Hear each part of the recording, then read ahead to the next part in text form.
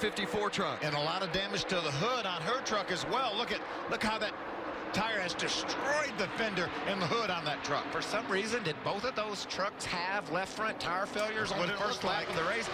She's got more issues than that. She's tore her oil line off right there. And that's a big problem for Natalie Decker, making her first Truck Series start here at Daytona. That'll bring out the caution as she's on pit road. And it is indeed out. And there you see pulling Natalie Decker out of the truck. The crew right on hand to get that fire out. To the outside wall. And watch that 17 of Dillon, second in line. Well, we're going to see the back of the replay first. An issue for the 28 of Brian Doza. That got into the 42 of Robbie Lyons. That's why he got into the outside wall. But, you know, you can let your air pressures down on your left side tires and promote grip.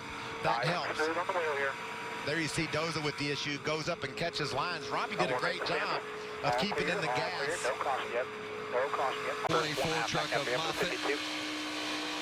That's Johnny Sauter on the inside of the 13. Oh, big crash. Bottom 13. The 49 of Cicerelli involved in that. The 47 of Fontaine. Looks like the 02 of Tyler Dipple isn't in there as well. Tyler's had some issues. He was already 4 laps down. His night has come to an early end. Top of the screen, you see the yellow truck on the right. Started to go sideways ahead of him. Looked like Cicerelli not. Oh, look at that damage. And then just nowhere for Chris Fontaine and that blue and yellow 47 truck to go. You could see the fire come out of the exhaust. He was off the gas for sure, but just couldn't get stopped in time. So the 02 of Dipple, the 47 of Fontaine, and the 49 of Cicerelli. And here's another look at it. Oh, it looks like Timothy Peters maybe got a bump draft that went awry, and Dipple was just an innocent bystander in that, trying to dodge what potentially was an issue, and then Fontaine with nowhere to go. It just slides right up in front of Chris Fontaine. Well, that's a group of drivers behind them fortunate that they didn't get collected and gathered up in that mess. Could have involved a lot more than just 3 trucks. Local outdoor outfitter, here to get you ready for whatever adventure comes calling. Get outdoors and go for it. Visit your local Gander Outdoors or shop ganderoutdoors.com today. Uh-oh, guess what day it is? Guess what day it is? Huh? Anybody? Julie, hey, guess what day it is? Oh, come on, I know you can hear me. Mike. What day is it, Mike? Leslie, guess what today is? It's hump day. Woo-woo! This race.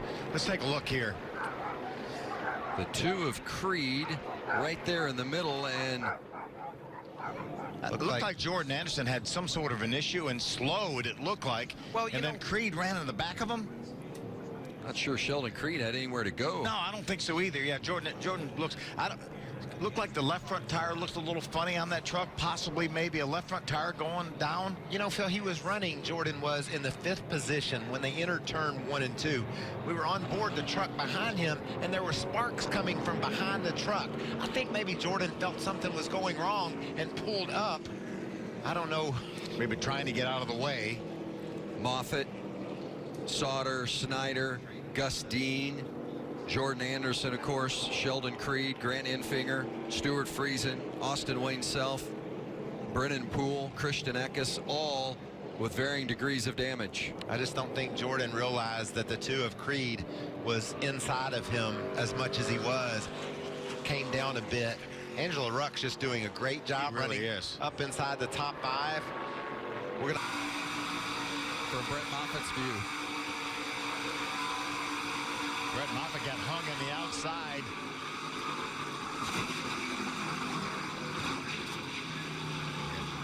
Nowhere to go really for all these trucks once the contact was made with the 3 of Jordan Anderson. I just think Jordan tried to maybe close a hole that Sheldon Creed had already occupied. And Ahead of it right there. They get to the yellow line before the pace vehicle.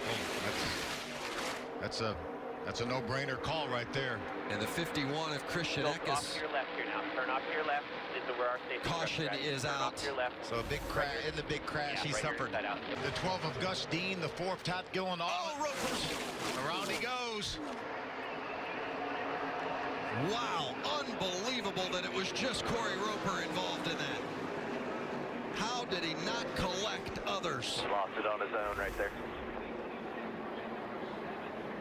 Right on the back of Austin Hill, pushing a bit, and when he comes off this turn, just the inexperience of not knowing the nose was going to be light when he exits the corner because of being right on the back of the 16, and the truck just goes around. And I think then he grabs the steering wheel when that truck goes high right there. He grabs the steering wheel, turns a little bit left, and that's all it took.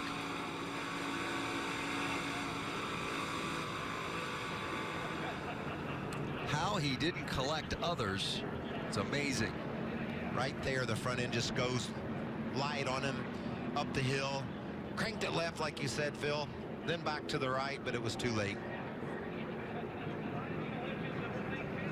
A little hard shot into the safer barrier. Ben Rhodes was able to take advantage of that and revolving around what's going on right there. And it's the history of our sport. From racing on the beach to this place they got now. It's just magical. You win a race here, it's heard all around the world. The final 20 laps, I mean, it is just all hell breaks loose.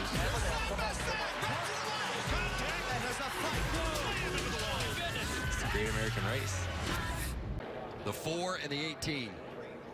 Trying to get a little run going. 18 goes to the outside, a little bit of a bump from Dillon. It just caught him at the wrong place. These bumpers don't match up all that well. A lot of times just caught him at the wrong place and turned him sideways into the wall. Where Crafton was of everything that was going on around him. As soon as he saw that go bad, to the apron he goes. And watch the job that David Dillon does. Those trucks are crashing right in front of he misses that. Right in front of that blue truck with Valvoline on the hood. He's able to sneak through. A little bit of damage there to that right front of David Dillon. Crafton has barely missed, what, 3 accidents tonight? I mean, maybe it is going to be his night, because sometimes when you win, you look back and you say, whoo, boy, I caught some breaks along the way. Maybe those are the breaks that Matt Crafton's catching that might enable him to win his first super speedway race. Just a little bit of a tap, and they got Harrison out of control there. How many lives he's saved, and how many racers can keep doing Up to the 99 of Rhodes. Greenfield taking a look on the outside. Oh, and no. now a little contact, and he's not going to be able to hang on to it. And he takes Peters with him.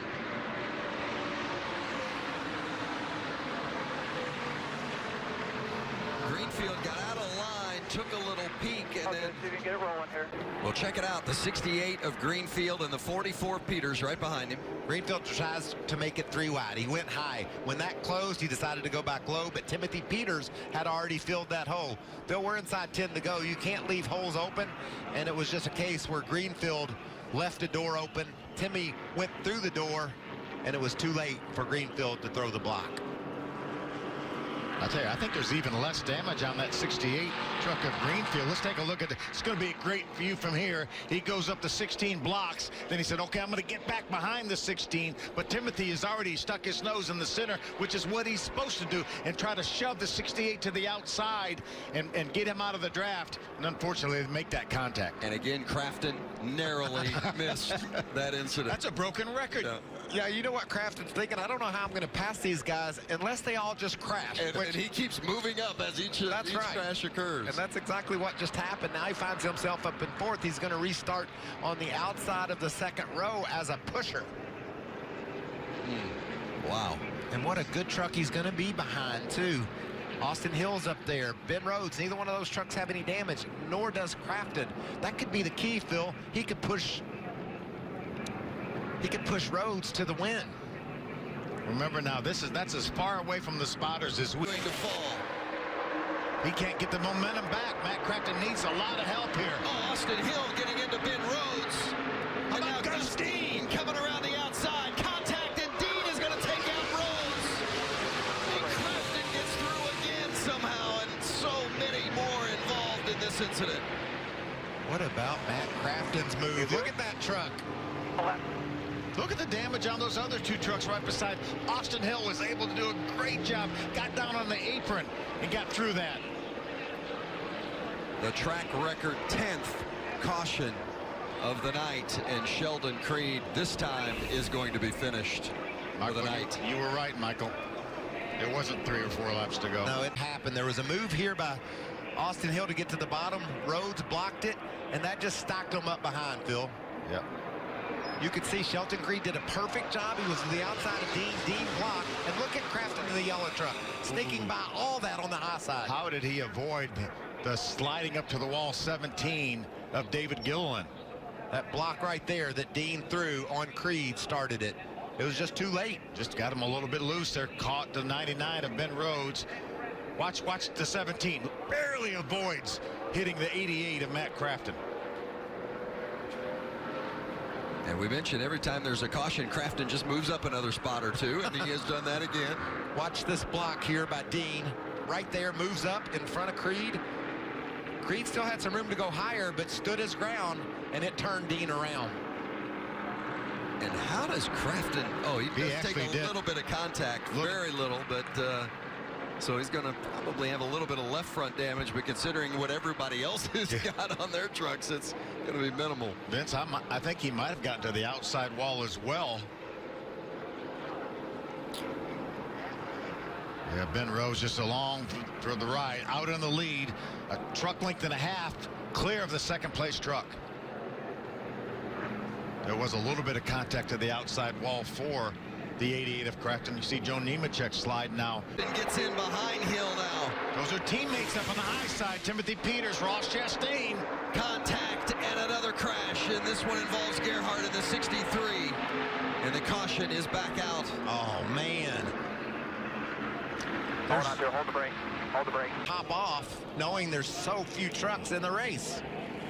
Boyd, by the way, Boyd and Rayom each have an extra 7 or 8 laps of fuel in their trucks, and they are the drivers that will be starting in the second row as Crafton and Hill pitted on lap 60. See a little bit of contact. The 22 of Austin Wayne himself got into the back of the 63 of Bobby Gerhardt, takes both of those trucks into the outside wall. He's coming in. Justin Haley going out. Got him in the right rear. How much damage did that do to the right front of Haley's machine? Yoakum, what do you have? Christopher Bell right there in the 3rd position in his mirror. There's a crash on the racetrack. Caution out, the 07. That's Ray Black Jr. 4th yellow flag we've seen here this afternoon. 2nd time it is waved in our final stage.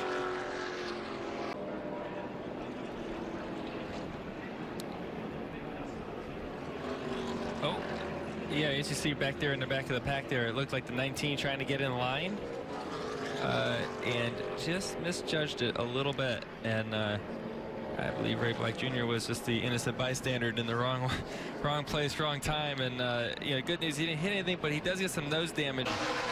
Those 2 cars I know are fast. Oh, we got a car on the wall. Into the wall. Maybe right front. Caesar Vaccarella. That's the 90. Will there be debris enough to bring out a caution? So far, we stay green. So you can see he went up, side draft to 17. Oh, did he and the 17 touch a little bit here? Yes. It looked like Kurt thought he could get clear, get down in front of Ricky Stenhouse Jr. Just wasn't quite there yet. And Jamie McMurray in his final 500 could not avoid the 43 of Bubba Wallace. Nope, he didn't know which way they were going to go, and he guessed wrong. And Wallace with a bit of a shove there from Tyler Reddick. Sends him right into the 1 of Kurt Busch.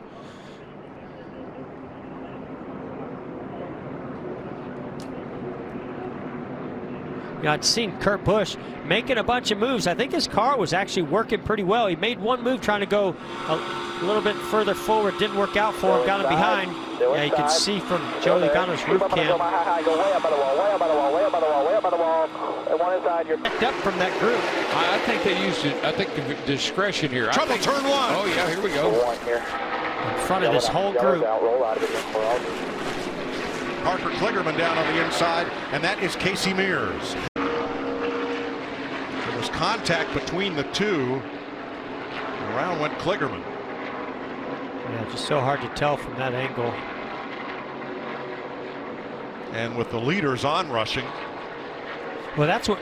Oh, yeah, right there. I don't know if the 27 of Mears came up, or the 96 of Kligerman came down, but definitely contact there going into turn 1. I believe I might be wrong. We'll have to check and see, but it looked like maybe the rear end was moving that car, like a track bar broke. Looks to me like Kligerman is the one that's not too happy about it. Oh, yeah, come up here. I got something I want to show you. Oh. Want to peel off early if you're coming, and some of them are. Boy, a bunch of them did, but not our leader. Whoa! Car goes around in the trial. The spin sliding out of control. B.J. McLeod brings out the caution. Stenhouse has wrecked on pit road with Tyler Reddick. Another car is sitting littered in the grass. And we're under caution. That is the 52. That's Cody Ware. I think Reddick got the left rear tire of Jimmie Johnson, then Jimmie couldn't get in his pit stall. Out in the 51 coming into frame here at the top. And there's Tyler Reddick. All of them in their first 500 start, and moves on. Yeah, and I just wonder if McLeod was trying to get woed up, and I think Cody Ware had no idea he was coming to pit road. And you're right, Jimmie Johnson did get collected in that. 3 drivers, Daytona 500 rookies get piled up here. Yeah, again, Cody Ware just right on the rear bumper of the 51 of McLeod, and just got in the back of him and turned him into that group. That took the whole left rear quarter panel off Jimmie Johnson's car. And these are cars that are slowing down, trying to get to pit road. 48 there at the bottom. Yeah, here comes Tyler Reddick, gets turned sideways. His right rear quarter panel. Man, what an incredible shot, seeing the debris. You can see the rear bumper of the 48 is stuck in the deck lid of that. Reddick's car came into Johnson's like a... that's pretty heavy damage. B.J. McLeod picks up a bunch of turf, and because of the position of the stopped cars, pit road is going to remain closed here for this. Stand cannot be a fact. Whoa, trying to get on pit road and kablam. Brendan Gaughan gets run into. Day long, but previous races single file in the top lane. Why did they choose 20 to go, DW, and now do it? Yeah, we're setting up for the finish. Lock it down, lock it down, lock it down. Kyle Larson. Wow. It's been a bad week. See Larson, I believe right in this area. Yeah, that's him. I think that they're either a tire started going. That looks to me like maybe a left rear tire started going down. Jeff, I saw tire debris out from behind the car as he went to the bottom lane. He was trying to get out of the way. Ooh, baby. I mean, honestly, for where that happened and what happened, he did a pretty nice job of not tearing that car up a lot worse. Well, he's had a lot of practice today of almost spinning it out. So that. Oh yeah, you can hear it come apart. Yeah.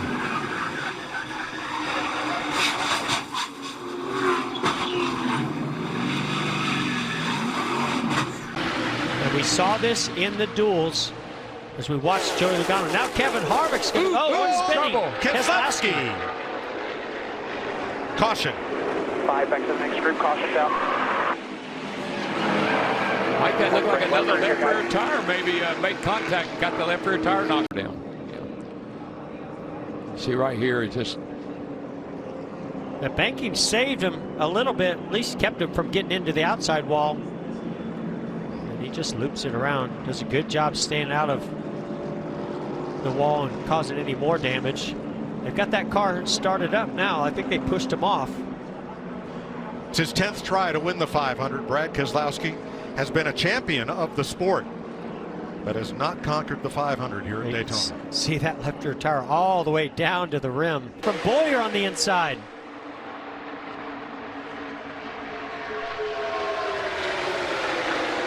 Oh, and everybody. Good. Oh, no. Are you kidding me? This is big. Wow. But it.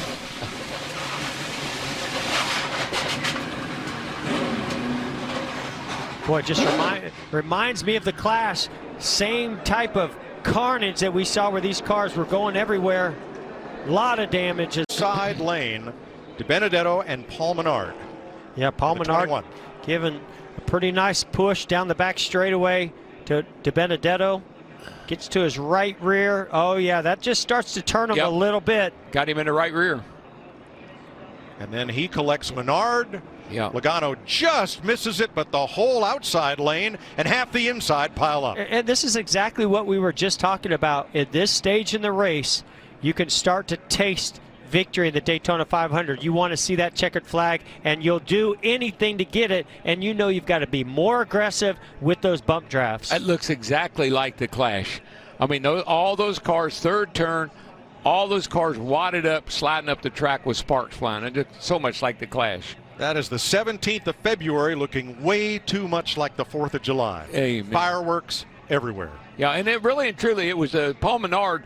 He gave to Benedetto a little shove, but it was on the outside, on the right side, and that just turned the Benedetto into the outside wall, and then it was on from there. And a different situation than we saw in the clash between Menard and with Jimmie Johnson, but it was a similar thing when we heard the spotter on the 21, Menard say, well, he zigged and we zagged.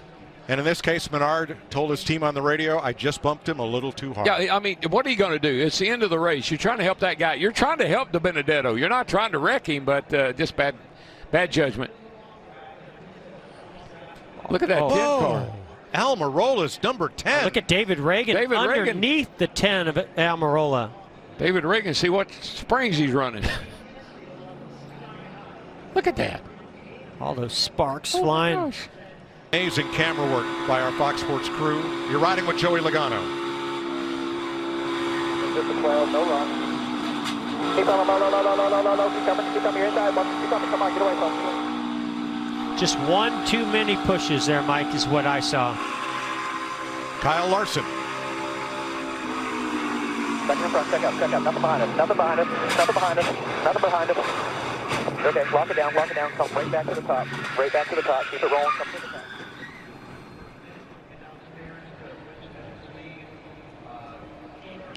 Well, I'm not sure. Okay, here's Austin Dillon's view. Still middle of 3 here. Got to spinning. Now we're in.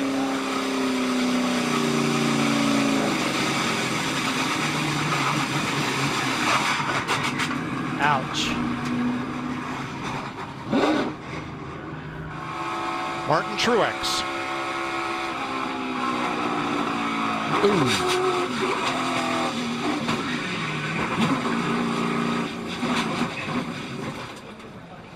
I was going to say, I'm not sure which list graphics is putting together, the cars involved in the wreck or the cars that missed it. It's time for the 34, and don't look now. 22 of Joey Logano. I don't care if he has damage or not.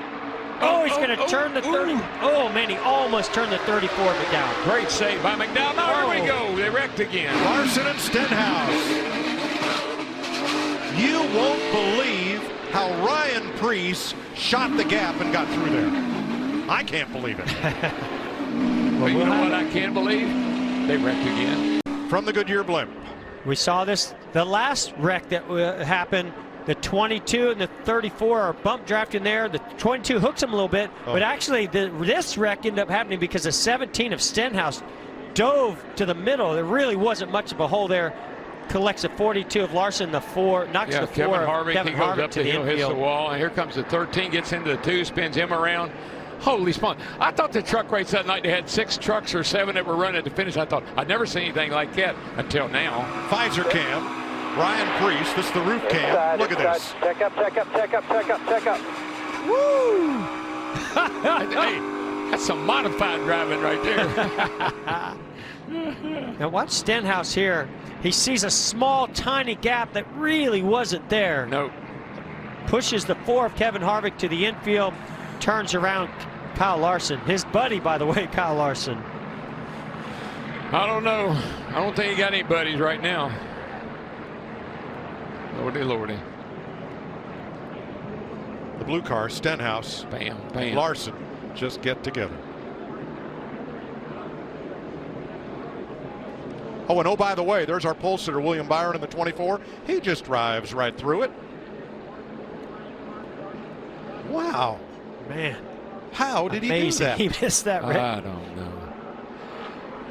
Don't count him out. That left rear, they did a nice job fixing the left rear damage from that previous wreck.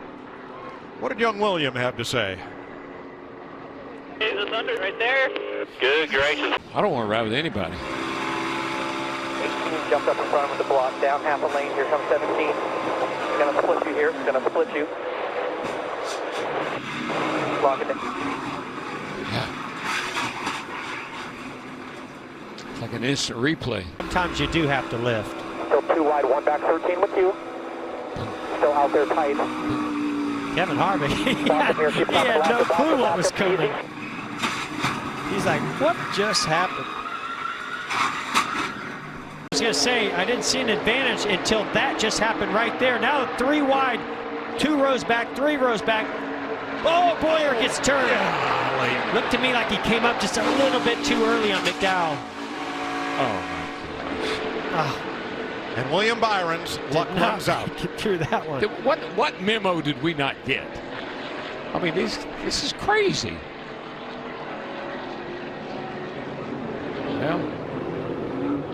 Well, I'd like to explain all this to you, but there really isn't an explanation for it. I just wish Boyer could have stayed down on that yellow line. That was going to put him in such a great position.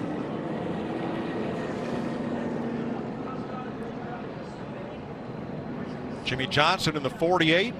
You know, Boyer was not a happy camper about where he had to restart. And, of course, he was trying to get back to where he was. He was running third. He almost made it. Now, to establish that restart order, NASCAR freezes the field on the